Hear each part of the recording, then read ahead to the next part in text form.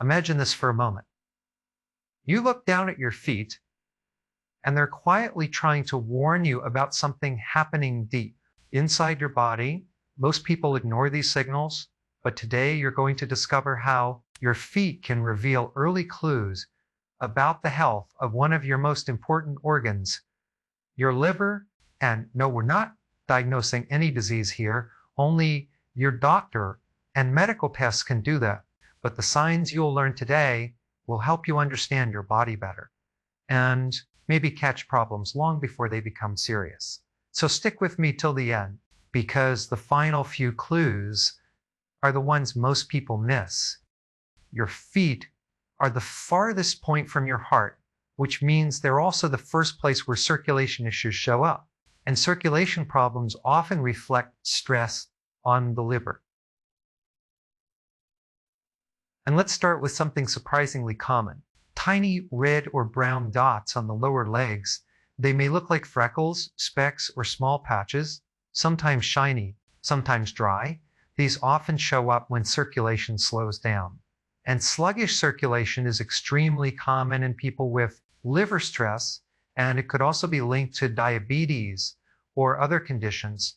But the reason it shows up on the lower legs is simple. Your heart has to push blood all the way down to your feet and then all the way back up. If anything in the system is struggling, your liver, your heart, your vessels, it tends to show up here first. Imagine your blood flow like a long highway. The farther you go from the starting point, the weaker the signal becomes. That's why people with diabetes also experience tingling or numbness in their hands and feet. These outermost parts of the body, your fingers and toes, are the first to show distress.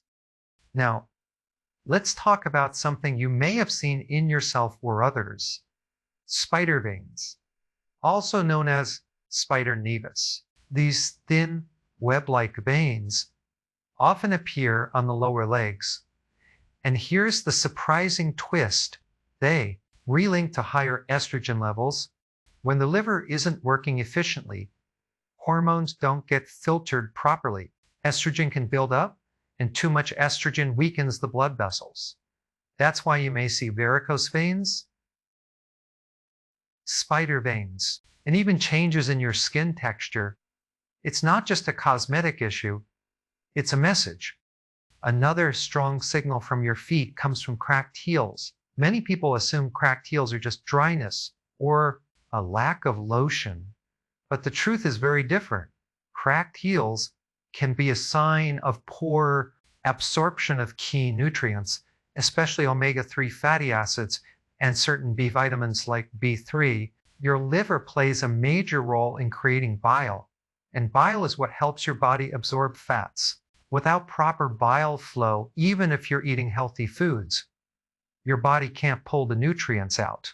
That's why deficiencies in omega-3 vitamin A, vitamin E, and B vitamins often show up right on your skin.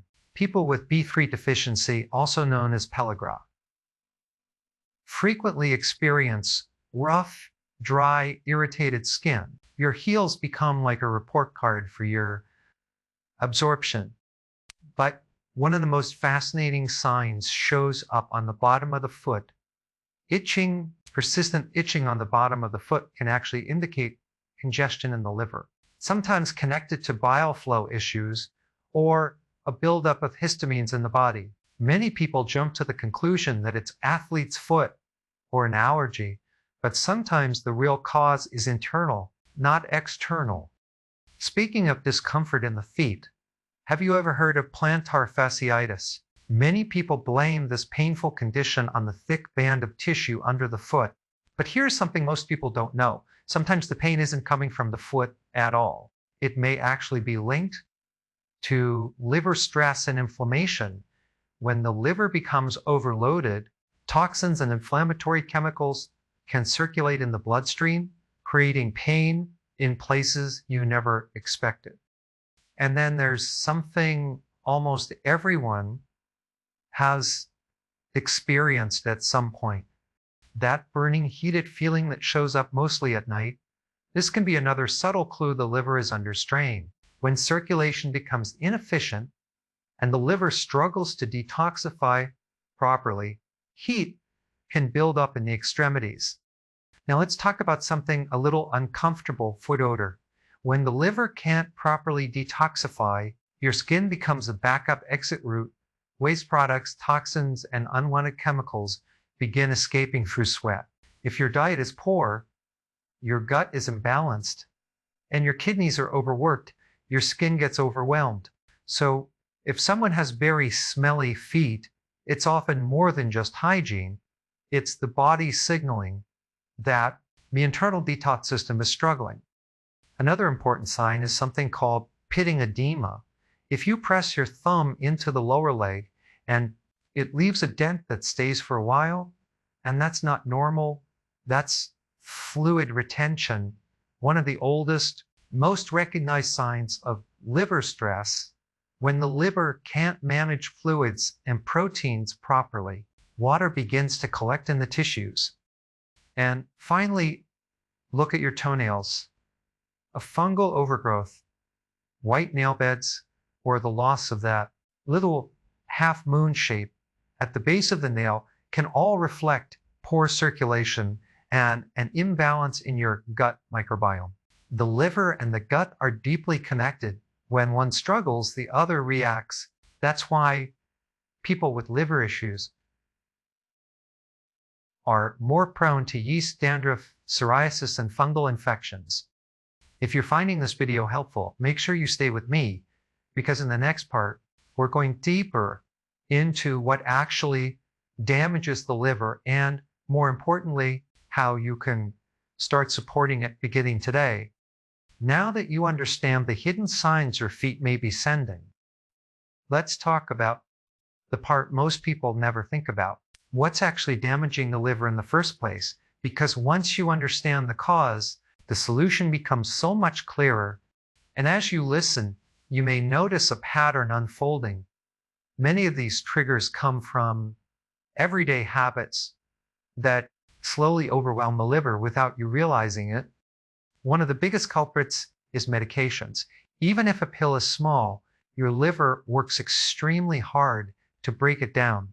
Painkillers, cholesterol drugs, anti-inflammatories, even certain herbal supplements, all of them have to be processed by your liver.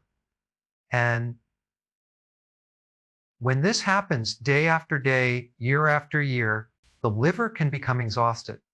Now, this doesn't mean you should stop taking your medicines. Never do that without your doctor's guidance. But it's important to understand that medications are not free. Your body pays a price to process them. Another major issue is sugar, especially fructose. High fructose corn syrup, sweetened drinks, pastries, cereals, sauces, it all adds up. Unlike regular glucose, which your muscles can use, fructose goes straight to your liver. And when the liver gets too much fructose, it turns into fat. This is why fatty liver has become one of the most common liver problems worldwide. It's not just alcohol anymore. Sugar can do the same thing. And it happens quietly, with no pain, no symptoms. Until one day your body starts whispering clues through your feet, your skin, your energy, your digestion. Let's move to another hidden culprit: processed, overcooked foods. Think of canned foods, boxed meals, deep fried snacks, fast food, anything that has been heated so much that the natural enzymes are destroyed. Raw foods, especially raw vegetables, contain enzymes that help your liver break things down. When your diet is nearly all cooked, all processed, and almost nothing raw, the liver works overtime. There's no enzyme support, no antioxidant protection, and no natural cleansing from fiber-rich vegetables. Many people also struggle because they simply don't eat vegetables at all. They spend years relying on bread, rice, meat, sugary snacks, and fast food. Without vegetables, the liver becomes overwhelmed. Vegetables bring in antioxidants, minerals, vitamins, and cleansing fibers that act like tiny brushes sweeping toxins out of your body. Without this support, waste builds up, and eventually you feel the consequences in your skin, your gut, your joints, and yes. And then, of course, we have alcohol. Most people know alcohol harms the liver, but they don't know why. Alcohol creates oxidative stress, tiny explosions of inflammation inside your liver cells. And while your liver is incredibly strong, even it has limits. Excessive alcohol, even social drinking over many years, can slowly weaken detox pathways. And once the liver slows down, everything slows down: digestion, hormones, circulation, immune strength, mental clarity. Excess protein is another surprising trigger. Your body needs protein, but too much of it creates nitrogen waste. And who has to clean up all that nitrogen? Your liver and your kidneys. So if someone is eating very high protein, especially from processed meats or protein shakes, it can place extra pressure on these organs. If the liver is already stressed, excess protein becomes yet another burden it can't handle efficiently. Now, here's the part most people love the most. What can you actually do to support your liver? How do you start reversing years of stress? The good news is that the liver is one of the most forgiving organs in the body. It can regenerate, repair, and rebuild if you give it the right environment. So let's talk about what that environment looks like. The first thing your liver loves is reducing sugar.